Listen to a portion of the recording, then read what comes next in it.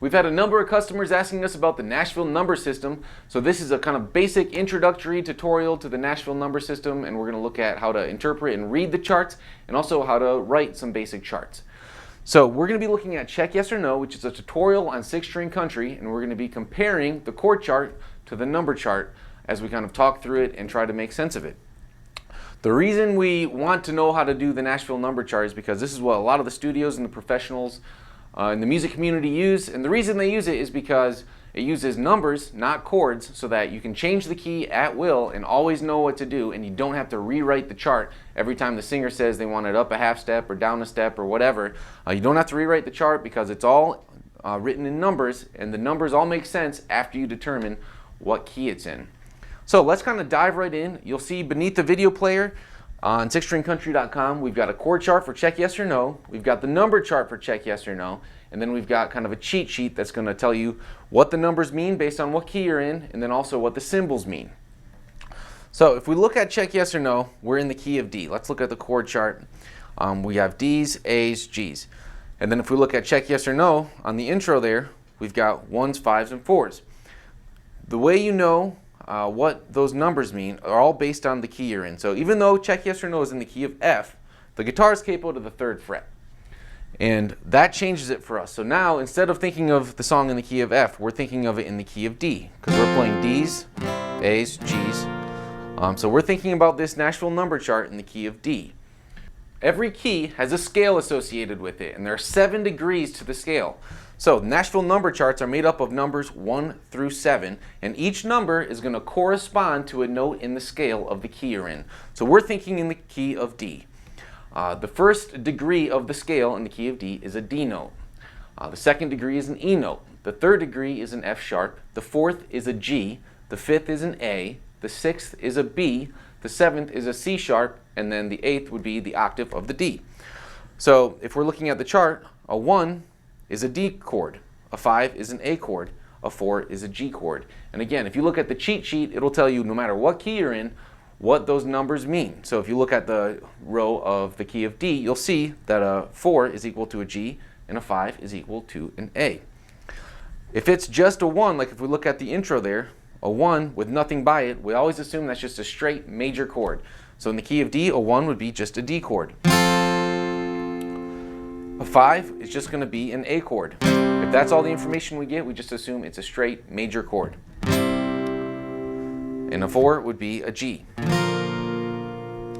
The only time we don't play just a regular chord is when we look at the chorus there. You see a 6, and then you see a little slash, and then a 7. So we know the 6. We're going to start with that. If you look at the chart, a 6 in the key of D is a B note. Then that little slash, if you look at the symbols, that means it's minor. So now instead of a 6 slash, we can think of that as a B minor. And then the 7 is a 7, so it's a 7 chord. So we got, instead of 6/7, we can call that a B minor 7 in our minds as we're looking at this chart. The other tricky part about the Nashville number system is knowing how to interpret all the different symbols and all the different markings on these charts other than the numbers.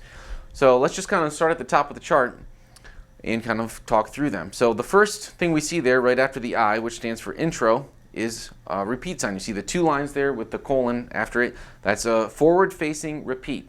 Anytime you see one of those, there's also going to be a backwards-facing repeat, which sure enough, after the first chorus, you see a backwards-facing repeat. And whenever you see this, when you get to the backwards-facing repeat, you go back to where that forward-facing repeat is, and you start playing it all over again. So after the first chorus, we repeat, we go back up to the intro, and we play down the chart all the way up until we get to that backwards facing repeat the second time. You only play repeats one additional time through, unless it's noted otherwise, which is not on this chart. So after the second time you play the chorus, you're going to go down to the next I, or the next introduction section. So back up to the top, you see the 1 and the 5 are underlined. So when we just step back and take a look at the chart, you'll kind of see that there's 4 different blocks of numbers per line, right? And so the reason is there's 4 measures per line. So each block is a measure. Most of the time, these Nashville number charts are written with 4 measures per line.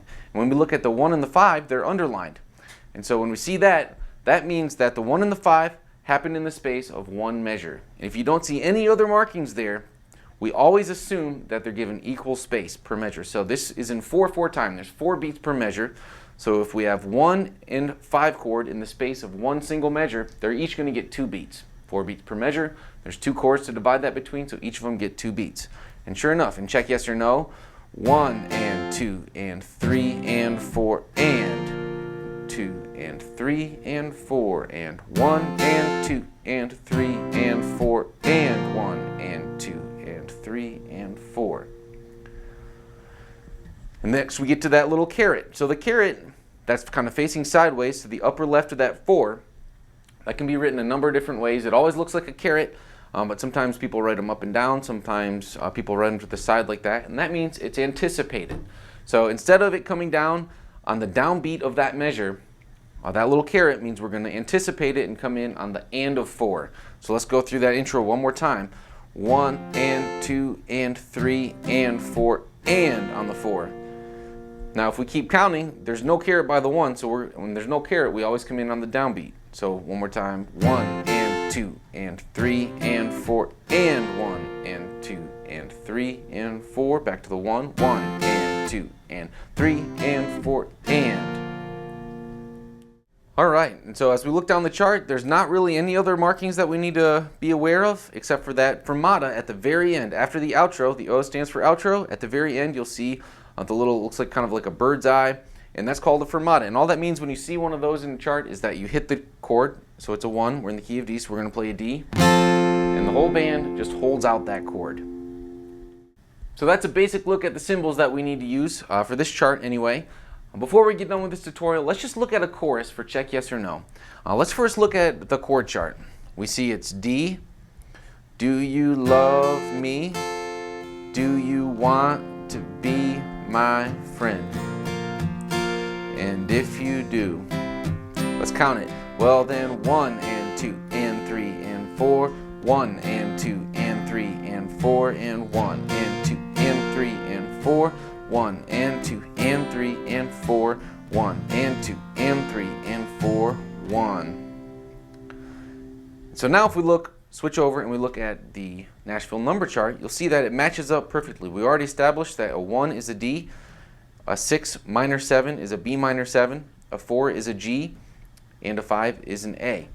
So as we're looking at this, we don't have any lines underneath the numbers, so we know that each of them get 4 beats, right? So let's do it again. Let's look at the Nashville number chart this time in the chorus.